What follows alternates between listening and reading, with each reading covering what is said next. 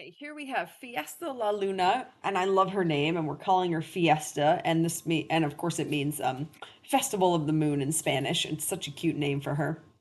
And this is a real baby mare. She actually doesn't really turn 3 until March 24th. So she has another week where she's truly still a 2-year old actually. So she's such a baby horse. And she just got here sometime last week. She had 6 career starts. She just ran on March 1st. Obviously, not very successful career starts because here she is. And she is just the cutest, most gorgeous mare. And actually, she's quite a big 3-year old. Of course, we're considering her a 3-year old because she's a 2023. She sticks a little bit over 16 hands, which is, I think, pretty big for a horse that's technically still 2. And she's just sort of, gangly, and she just looks like a baby, which she should because she is a baby. But she's such a cute mover. She has such a gorgeous face. And I know that she's still looks like a baby and she has a lot of growing and filling out to do, but I actually think she's put together really nicely. Her personality is just perfect. I mean, she's so sweet and adorable, just absolutely wonderful to be around on the ground. And so today was her first post track ride, and it turns out that she's also wonderful to be around from the tack. She was absolutely perfect. I mean, this is the whole ride. I just left the whole thing in here uncut. To me, this is a perfect ride for such a young baby horse, a perfect first ride for such a young baby horse.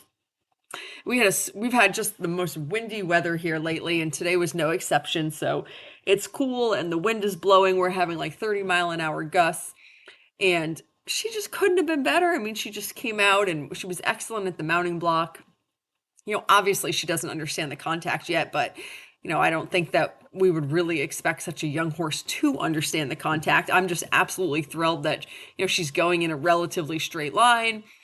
She doesn't have any issues with the contact. It's not like it doesn't feel like she has any adverse understandings of it. She literally just doesn't understand this whole connection thing, but we'll figure that out in the next couple of rides. It's not going to be difficult. She just probably needs to spend some time in the walk working on things. But she's just super professional, no issues with going by the gate. 2 of my horses who were turned out in that field behind the ring, Seven and Cardinal, they were coming around the corner and all up in her area, and she just totally ignored them. She could not have been more classy for this ride. I think she's a beautiful mover, really nice swing in the trot, ground covering movement. Her canter is lovely, super balanced, and just wonderful to sit on. I couldn't be more happy with this mare and how she handled everything today. Just so professional and so classy.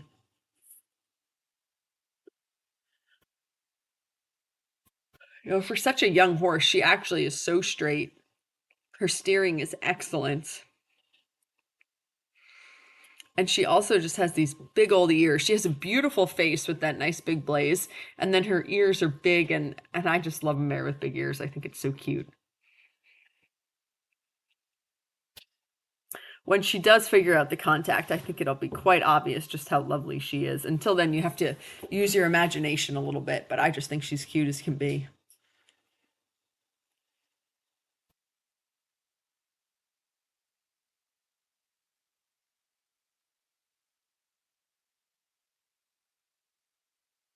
So really for any horse, but especially, even more so for the really young ones, for the first ride, I just want it to be a positive experience. There's some things that have to be addressed really quickly, like, if they want to be suctioned to the gate and they won't go by the gate, or they want to draw you into the gate or any corner in particular. Of course, those are things that you have to really nip in the butt right away. Those are hard lines that they have to learn, that they have to go by the gate. They have to generally steer pretty well right away.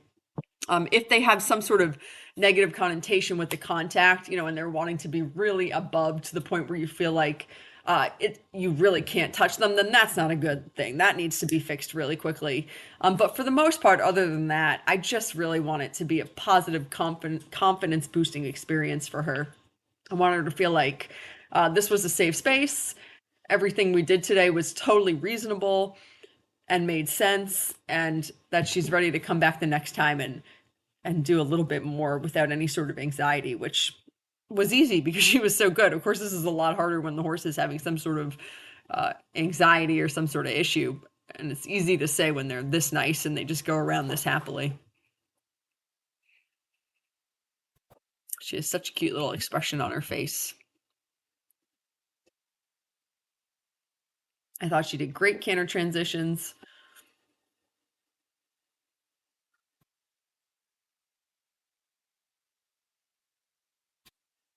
And, obviously I'm riding her with a little bit of a loop in the rein, which, it's just such a feeling that you get from the horses of whether or not you can sort of just trust them enough to get up there in half seat, which of course he puts you in a little bit of a more forward position and put a loop in the rein.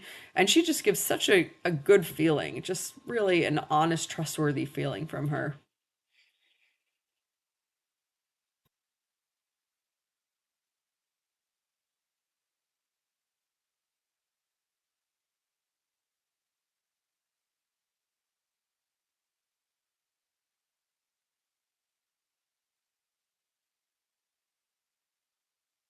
So yeah, that was her whole ride. I was so happy with her. She couldn't have been better. So here she is on cross ties. The mare is so sweet. She's definitely been loved and spoiled for her whole life because she's so affectionate towards people, which is wonderful that she loves all the snuggling and the attention. She's standing really nicely on cross ties. Of course, she sort of wants to follow you everywhere, but um, she's really been so good. She seems very quiet in her brain, very, very happy to be around people. Absolutely loves treats, as you would imagine. And what a cute face.